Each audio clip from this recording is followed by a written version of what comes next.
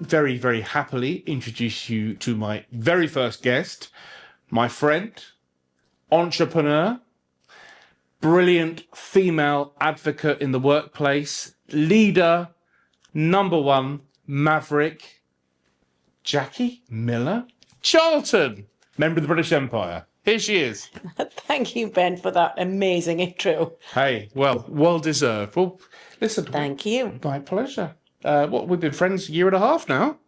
Longer. Is it longer? Yeah, indeed. Time flies when you're having fun. Hey, it does. And there'd be no one else I'd rather have here than somebody that I can have a natter with, a laugh with, and talk through business. So what are you doing here anyway? Why are we talking? Well, we're talking because the new initiative on the block is Iron Ladies. Iron Ladies is about providing platforms for females who have broken that glass ceiling. One of the main purposes is to educate young girls, those women who are in positions, maybe middle management, who are finding it difficult to make that next rung up the ladder. And young girls who are traditionally thinking hairdressing, beautician, not that there's anything wrong, by the way, with those industries, but I want young girls to know that there is no industry out of bounds. And therefore, we want to provide a platform for Iron Ladies who are powerful, strong, ambitious, and who have already done it to share their story, hopefully inspiring others to get involved. Well, that's, listen, that exactly hits the nail on the head of what Jacqui and I have been speaking for probably the last 18 months, what we want to cover, what we want to do, what we want to promote. But let's take things back a little bit now. Those that don't know, there won't be many of you, those that don't know this fabulous lady, please educate our audience with your history, your career history, and your non-hairdressing industry that you got into some 30, 35 years ago.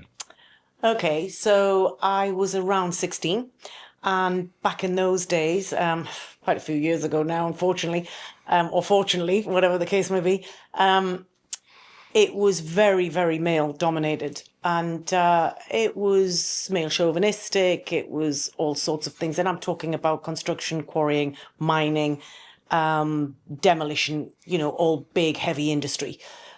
My two brothers were in business, and my elder of the two older brothers decided he wanted to bring me in and do an exhibition in Birmingham. And I went along because at that time, I said I was 16 and I was doing promotion work. And I said to my brother, well, what do I have to do? And he said, just hand some brochures out. And if anybody asks you any questions, then that you don't know, be polite, write down inquiries, and then refer them to me. So I did just that. And when we got back from this exhibition, the phone started ringing and they started to ask for me by name. A light bulb went off in my brother's head and he thought, oh, maybe a pretty woman in a male environment could stand out and it might just work for us. So ever the marketeer, my older brother, he decided that that was the career path for me. Well, I didn't know that story, but it's brilliant. Tell people, who's your older brother? What's the company you started to work for? What's the family business? Let us all know who they are, what they are, and how it impacted on, well, the woman you are today. So the company is Miller. You might know it as Miller Groundbreaking. We were the first ones to invent the quick coupler, the pin grabber quick coupler. And we literally changed how machines operated around the world with that technology. I'm very proud to say that both my older brothers invented that technology and I was instrumental in getting that across the globe. How did that impact me? I think that I carved a niche for women in a very male-dominated environment. Sadly, there isn't a great many female followed in my footsteps to date, which is why I feel really passionate about what we're doing, Ben, because I want girls to see that if you're passionate about what you do, there is no hurdle you cannot overcome. Well, let's grab onto that straight away. Let's be honest, let's not beat around the bush. Back then, the 80s, a very male chauvinistic industry, Very much. particularly construction equipment. What challenges did you face and how did you overcome them? Oh my goodness, what challenges didn't I face would probably be an easier question to answer. True. There was a great deal of sexual innuendo, as you can appreciate. I spoke to my mum quite a lot about it, actually, and my mum has always been very open-minded. And she said to me, listen, if you can't stand the heat, get out the kitchen. You need to learn how to overcome these situations, and you need to have a few things up your sleeve. So I decided that the best way to get rid of that innuendo was to make friends of men. And actually, the more friendlier I became with men, the more they decided that I needed protecting. And so I had a great many male friends, and actually a great many male mentors who went on to give me the hand around the shoulder. And so I started to enjoy the industry a great deal. There was an awful lot of adversity and, as I say, sexual innuendo to overcome. But I do believe if you're genuine and you're passionate and you're honest and you have integrity, those things count for a great deal. And I think that most decent men would see those traits in me, and we became friends. And so they became very good advocates of mine. A brilliant answer to that. However, not everybody can become your friend. And the woman I know today would stand for, I've got to be a friend with this person to stop, I use the word abuse loosely, but possibly abuse. There must have been a strange situation you've had over the last 20, 25 years with male colleagues. Forgetting creating a friendship, what did you do to counteract that? Yeah, I mean, it was really difficult. And there were some very hairy moments where... Quite literally. Quite literally. Yeah. And it wasn't fun. I was afraid. I was young. I had to think really quickly. And on one occasion, I remember being in Turkey, and a very big customer of Miller at the time we were at this function, and it was a conference. It was a 3-day conference. On the final evening, everybody was celebrating. Everybody thought the conference had gone particularly well. And this guy, who unfortunately had a very senior position in the company, decided that he wanted to have sex with me. That wasn't obviously going to happen as far as I was concerned. So I took myself out of the environment. Unfortunately, he decided that wasn't good enough, and he found out which room number I was in. It was banging on my door. It got so scary. I called reception. They sent a security guard who then had to sit outside my room for the rest of the evening. That was one of the scarier times. But you know, what doesn't kill you makes you stronger. You need to learn how to think on your feet. Nobody should have to go through that. Nobody. And you know, Me Too isn't exclusive to Hollywood. Me Too, I'm sure there are many females watching this who may have been through similar incidents. But it should not define you. It should make you stronger, because there are also some incredible male advocates, as I've said, and friends of mine who have helped me tremendously. It's very interesting because you became a leader in the industry in rapid record time, shall we say. So with ridiculous instances like that you've just relayed to us, did you have to, I guess, change your communication style or your leadership style to deal with antagonistic men or men in general? Did you consciously think, I will deal with you this way, you're a man? How did you, and if you did you change your style? No, I don't think I did, really. I think that I'm quite fortunate in how I respond to different people. I don't know whether it's a gift or whether it's a sixth sense. I just get the feeling from people. I don't know if I pick up on energy. And so I unconsciously change my style depending on who I'm with. I think we all do that to a indeed, certain extent. Indeed, Yeah. but some people are not capable, I've learned. Some people are capable more than others. Right. So I think I kind of subconsciously just adapted to the person I was talking to. And I refused to let one incident, particularly scary as it was, define who I was or define the relationships that I'd developed with men in general. I've been very lucky and I've loved the industry that I grew up in. And I wasn't about to let one bad apple Brilliant. dictate how I felt about industry. No, and nor should you. A couple of words that have only become au fait with me recently is the imposter syndrome. I knew nothing about it. It's come in front of me recently. I've looked into it and I've questioned myself, I guess, to a certain degree. But from the research I've done, imposter syndrome seems to affect women more. Have you, particularly as a leader in the construction industry, has this hit you? Have you ever woken up at 3 o'clock in the morning thinking, "Oh, the hell am I doing here? These blokes underneath me doing this." Have you ever had imposter syndrome? If so, how have you counteracted that and been the real you and realised who you are and why you deserve the role and the job you're doing? Yes, definitely had imposter syndrome. I thought you'd say the opposite. Yeah, absolutely. Wow, I've had okay. imposter syndrome. I think imposter syndrome is something that creeps up on us as we become successful. And Wes, I say that because success can be defined in so many different areas by different people. What success looks like for one person looks something totally different for another. And I feel like as the outside world started to judge me as successful, I started to judge myself more. And that's where imposter syndrome creeps up on you. I've always been a very confident individual. I think it's about knowing who you are. And the more you know who you are, the less you doubt yourself. However,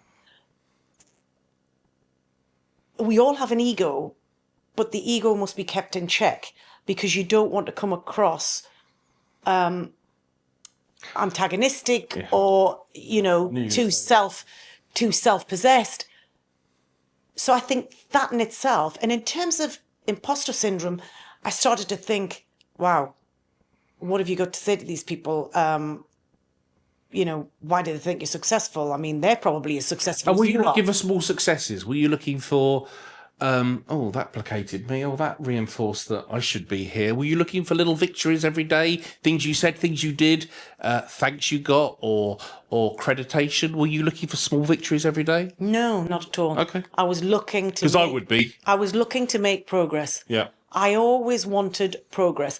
I've always believed, since being a very, very young girl, that we are only ever work in progress. We will never be the complete deal. And, but isn't that the fun of life? Because every day we can learn something new. And that means that every day we've got something new and exciting to explore. That means that we're all capable of so much more. Yeah, very, very true. Well, please forgive me for the wording of this question, but you have, as actually I have as well, so there's nothing wrong with this. You've been in the business for decades. Yes, indeed. And again, we're going slightly negative, but I think bringing the negative out on you is good because your answers are so positive and uplifting, certainly for our audience. But I've put a few notes here that you've been in the industry for decades. What kept you going through obvious challenges? I don't know what they are, but you would have had challenges. Of course you would have done. Forget COVID, before that, anything.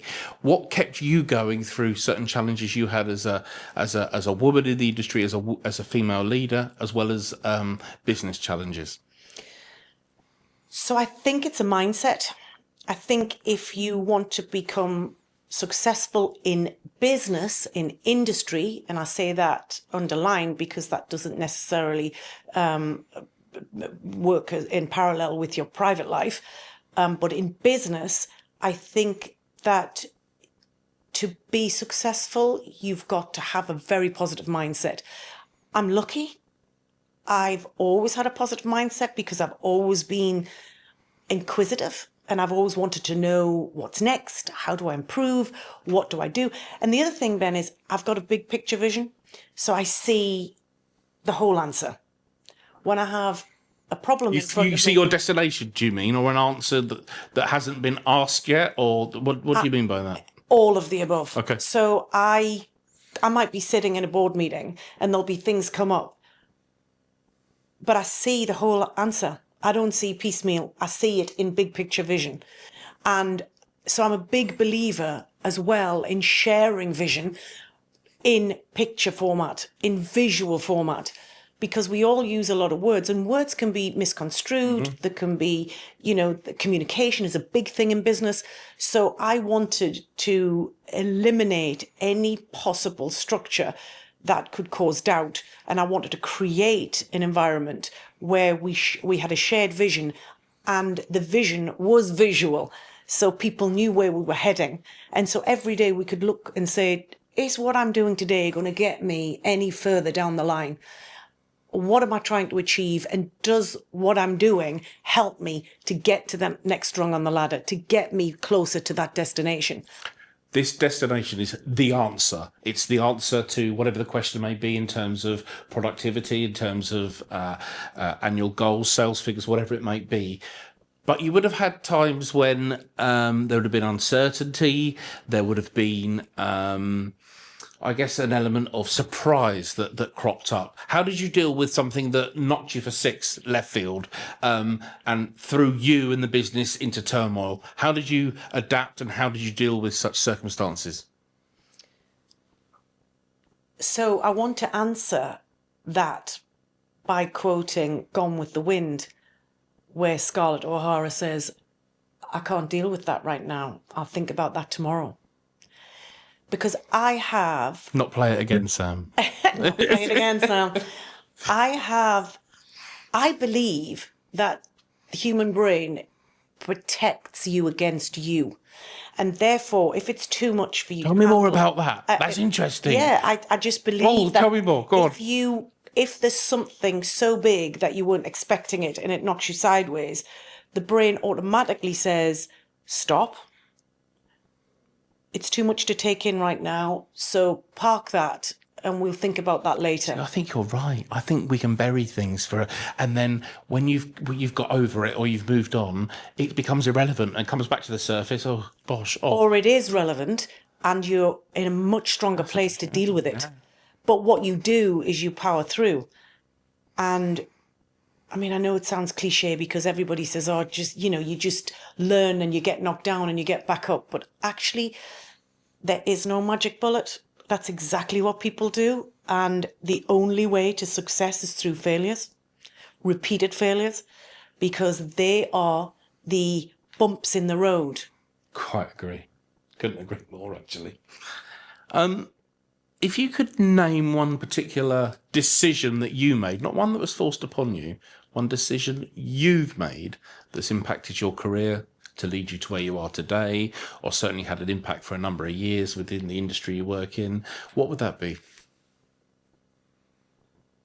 Well, there are lots because I had to make lots of very, very important decisions for the company when we were growing.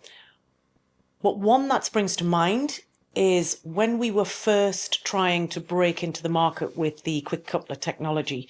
Back in the day, people used to knock out pins, line up machines, try and line it up and change pins manually. It was very dirty, very time consuming, non-productive and dangerous, very dangerous on site.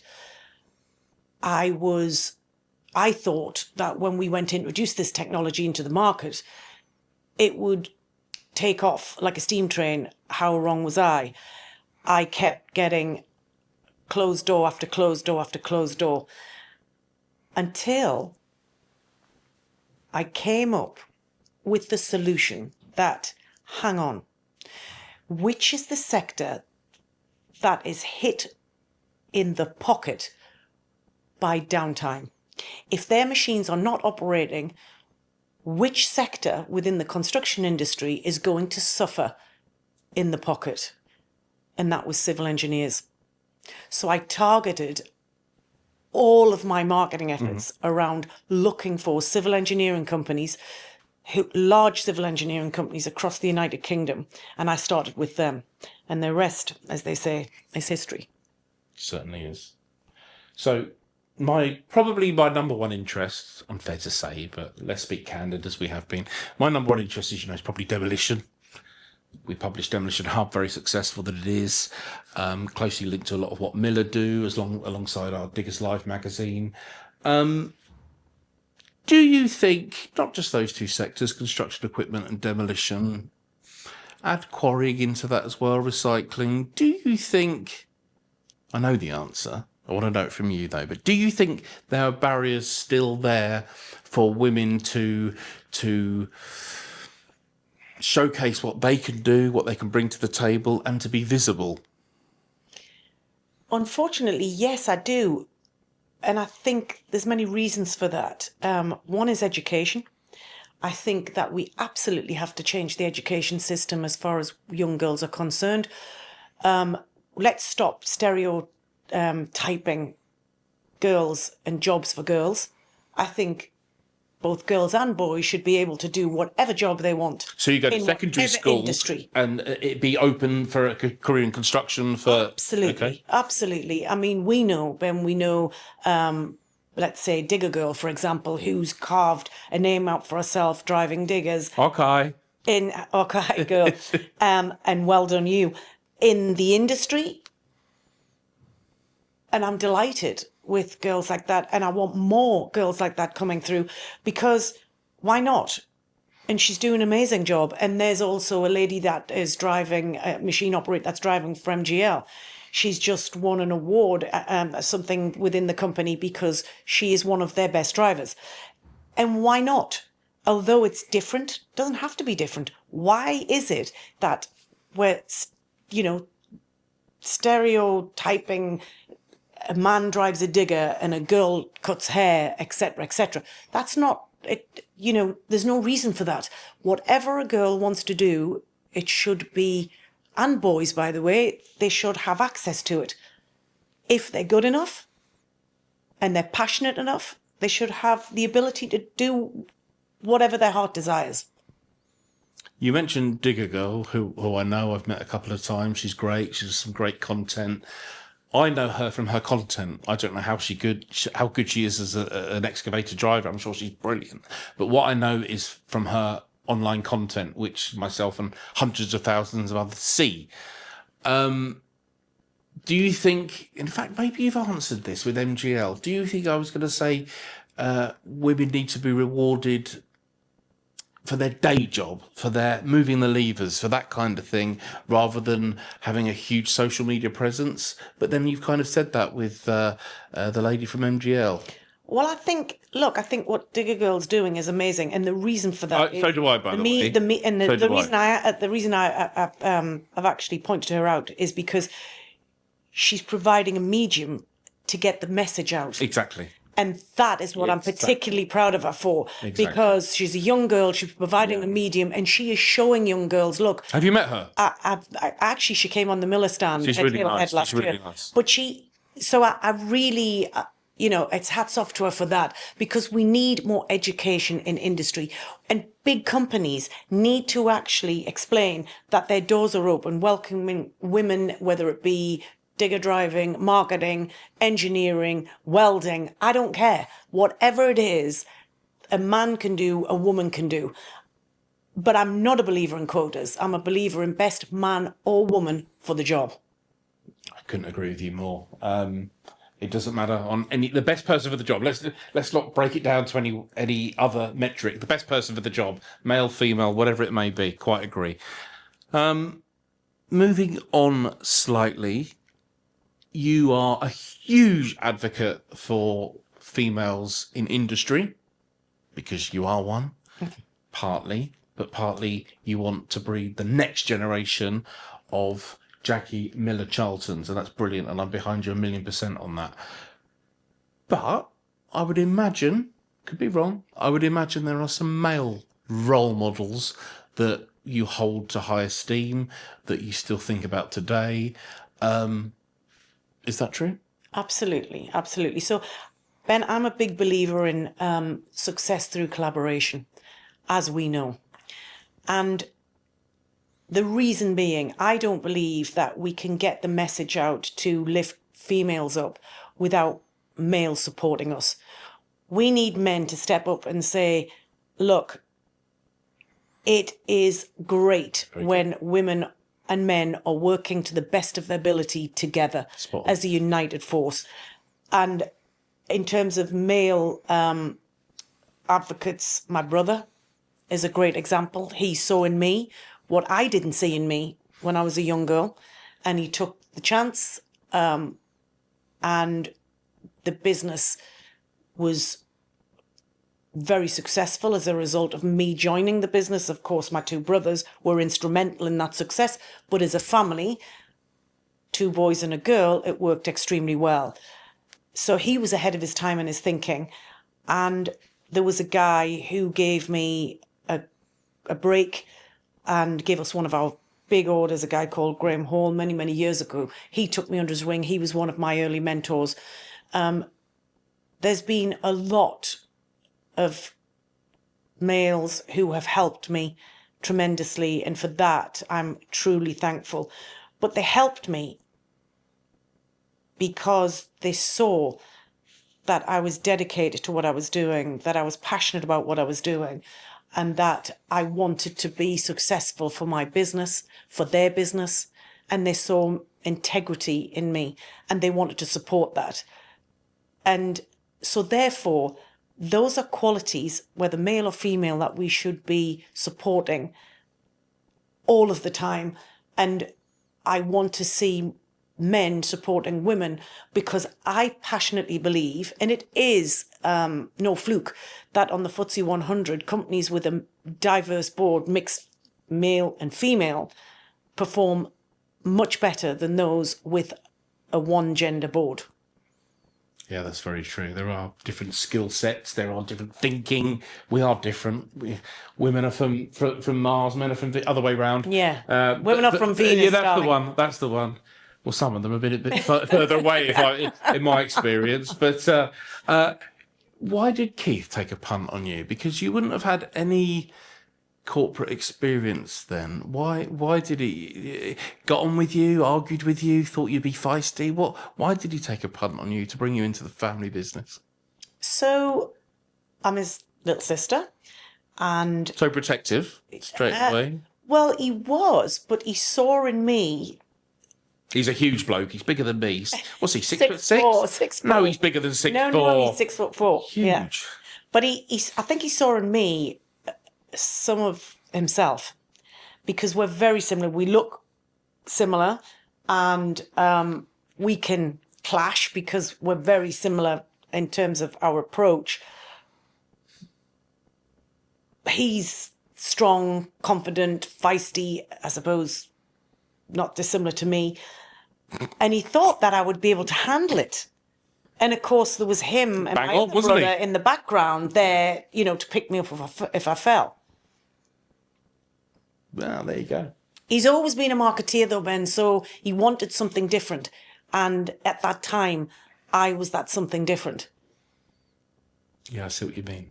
So you were not a niche. You were there's a word. Can't think of the word. But you were a zeitgeist at that moment. You were, this is a bit different. A blonde, attractive lady on our stand selling this. That will work for a while. Do you think he expected it to carry on for 30 odd years? I think he hoped it would. And it did. Yeah, indeed. I think he hoped it would. I'll never forget at one exhibition, very early days, a managing director of a company that shall remain nameless because they went until the camera stops. They went on to become a very good customer of ours. And I recall him saying, "Oh my goodness, the Miller stand have got scantily clad females handing out brochures. How very droll." That same guy, 3 years or 6 years later at the same quarrying exhibition came up to me and said, "Oh, hello, Jacqui, how are you? I hear you're doing marvellously well." And I said, "Oh, It was Welsh, was he? you deign yourself, you deign yourself to speak to a scantily clad female such as I." But, you know, I've always had a bit of a personality, and I think that also helps in a very male-dominated environment. I'll find out who it is. Read the next issue of Digger's Line. We'll get them. We'll get them. We're coming, unfortunately, to the end. I mean, we've been nattering for ages. There's a few other things I just want to run through, more personally about you as a person, rather than, you know, how you're going to support the next generation of female leaders in industry. So tonight, as we film this, it's the second leg of the League Cup final. Whoever sponsors it these days, no idea. You're a huge Newcastle fan. Indeed. What's going to happen tonight? Well, my heart says 2-0 Newcastle. My head is not feeling very confident after our recent performances at home. It's no longer Fortress St James's at the moment.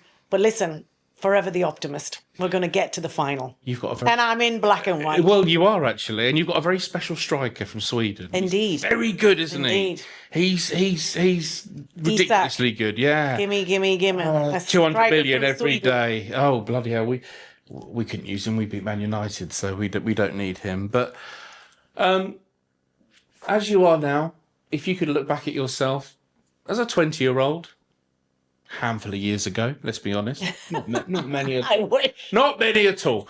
If you could look back at that young lady, what advice would you give her? What would you instill into her? And what advice would you give that version of yourself as a 20-year-old? The standout piece of advice I'd give her is not to take things so personal. Oh, I was difficult. Whoever takes that advice, I want that. Very sensitive. I was too sensitive. I let criticism, feedback it's now called, seep into me. Feedback, yeah, it is. Too much, to the point where it affected me emotionally, and I suppose it probably caused a lot of stress that I shouldn't have suffered. You know, the old adage, sticks and stones may break my bones, but words will never harm me.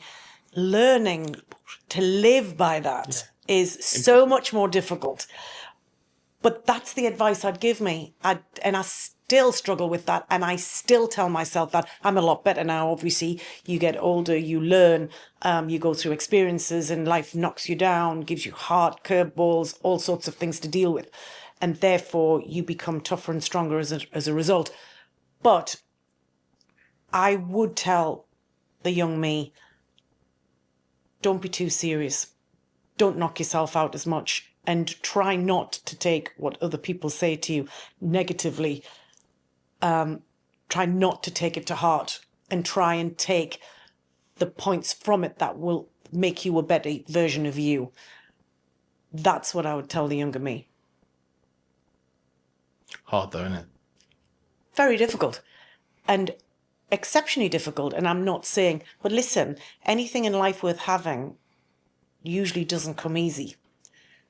So we have to work at it. As I said earlier, we're only ever work in progress. And if we can work every day on become a better version of ourselves, then we become less stressed, more able to respond to people, more in the moment. I was listening, someone sent me Pasha Bell, and I was listening to this piece of music. Canon. Yeah. Canon and Guige. Yes. And I just thought, Wonderful piece of music. oh, wow. This just makes me feel wonderful. Learning the small things in life can make a big difference at a younger age is important. Yeah, good words. You just hit me on that bit of music, actually, one of my favourite pieces of classical music, something else we share in common. As we wrap things up, which is a shame, I could talk all day to you, but we wrap things up. You're working with me on something rather important, aren't you? Indeed. We've worked together for a year and a half, 2 years, but we've got a big promotional push for the Iron Ladies. What else are you up to? What's going on for the future? What plans have you got?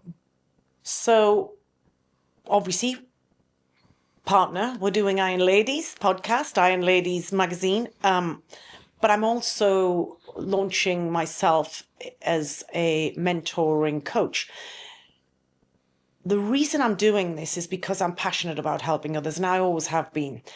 And also then, it's about authenticity.